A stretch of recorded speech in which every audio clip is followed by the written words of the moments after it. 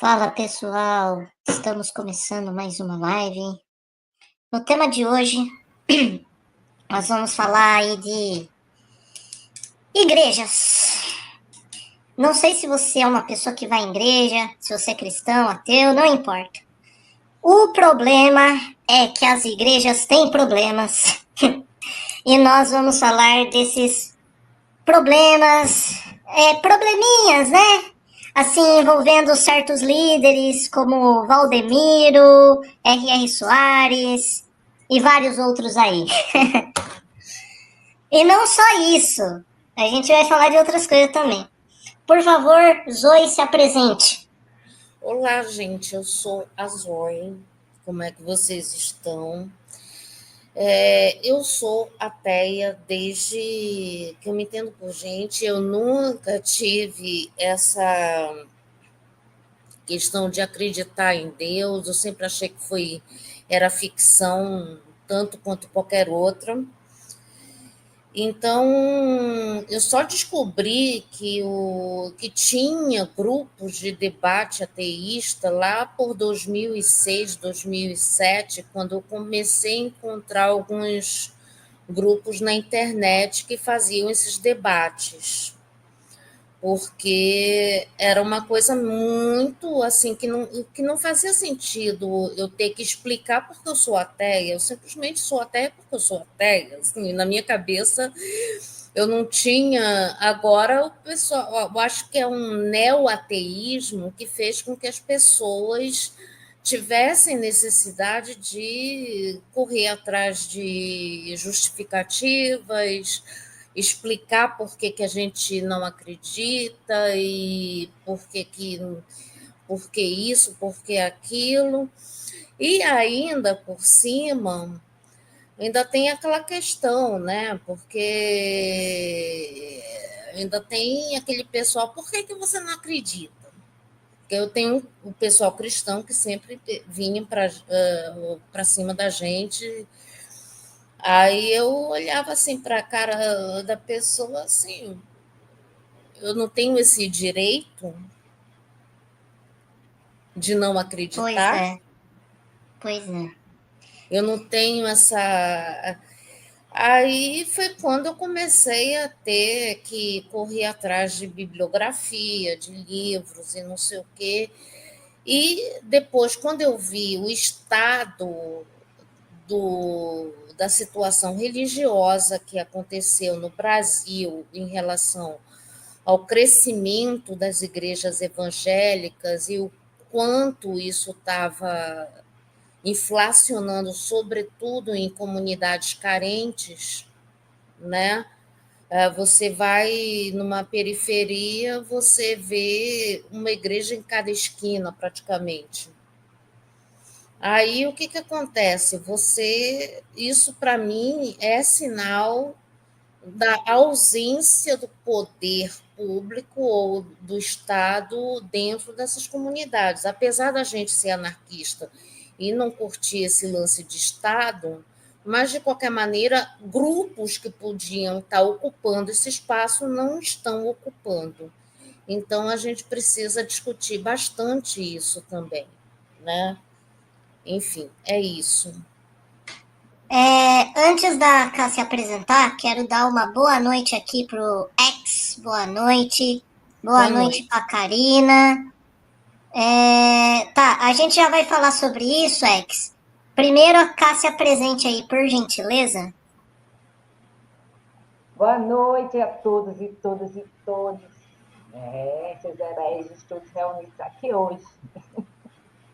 Sou ateia, como a Zoe falou, né? Em 2006, por meados dos anos 2000, começou a pesquisar sobre isso e, coincidentemente, eu também. Foi nessa época que eu entro, né, nesse mundo virtual e vou pesquisar nas buscas, nos sites, Eu acho que eu vou sobre desligar isso. títulos sobre... Vai. Títulos sobre ateísmo. Porque, assim, até eu já era, né? Há muito tempo. É que tinha um ventilador fazendo barulho aqui, estava difícil. Ah, tá. O calo é peso. Então, E aí eu conheço autores, conheço realmente algumas literaturas que vão me ajudar, né? E não só isso. Dentro do anarquismo em si, porque antes de tudo, né, eu sou anarquista, antes de me declarar como ateia, eu já me declarava como anarquista, né?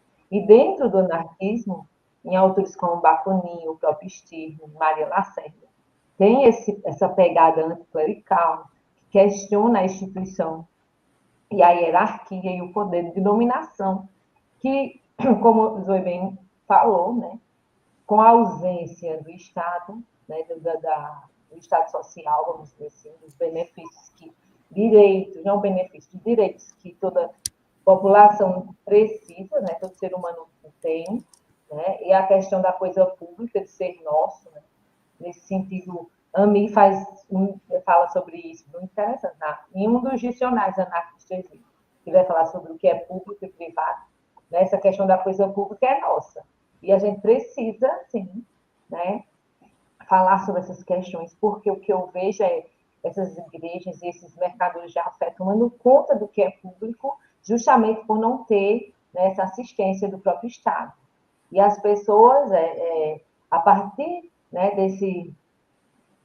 como eu posso dizer, desse crescimento da miséria e dessa manutenção, né, das mazelas estruturais, a igreja ela se coloca como a salvadora, né, para dar esse conforto que o ser humano precisa para tentar sobreviver mesmo. E não é só a questão do conforto espiritual ou emocional, é também até questão material também, né? Porque algumas oferecem sopas para Faz vaquinha de cesta básica, ajuda. Cesta básica, enfim, mesmo que algumas só explorem, a gente tem que reconhecer que algumas atendem essas necessidades que não que o poder público não atende. Então a gente precisa ter essa consciência, né, que a coisa chegou nesse estado porque realmente, como diria, eu não sei quem aí, não existe vácuo de poder, né? Ou seja, o poder nunca fica vazio, ele sempre é ocupado por alguém em algum momento, então, tipo, e com a população sem ter essa. Por isso que o anarquismo é importante, porque é a população se empoderando para tomar esse poder. Né? Então, a população não precisar dessa questão aí para elas atenderem as suas próprias necessidades. Né? E só que você não cria uma mecânica política e politizante para que essa população chegue nesse ponto. Então, enquanto você tem pessoas vulneráveis, aparece qualquer um lá e toma conta do bagulho, entendeu? A situação é essa. É isso. Um dos O Ex lemas, falou assim, ó. O Ex falou assim: existem mais igrejas no Brasil do que escolas e hospitais. É verdade. Eu queria comentar uma coisa sobre isso. Não é só escolas e hospitais que estão em menor quantidade em relação às igrejas. Na realidade, competindo com igrejas, temos farmácias. Sim.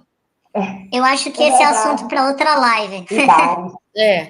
Mas, enfim, é só para mostrar que. E o pior que tem gente que, como também o poder público não entra nessas coisas, as pessoas também se automedicam, né?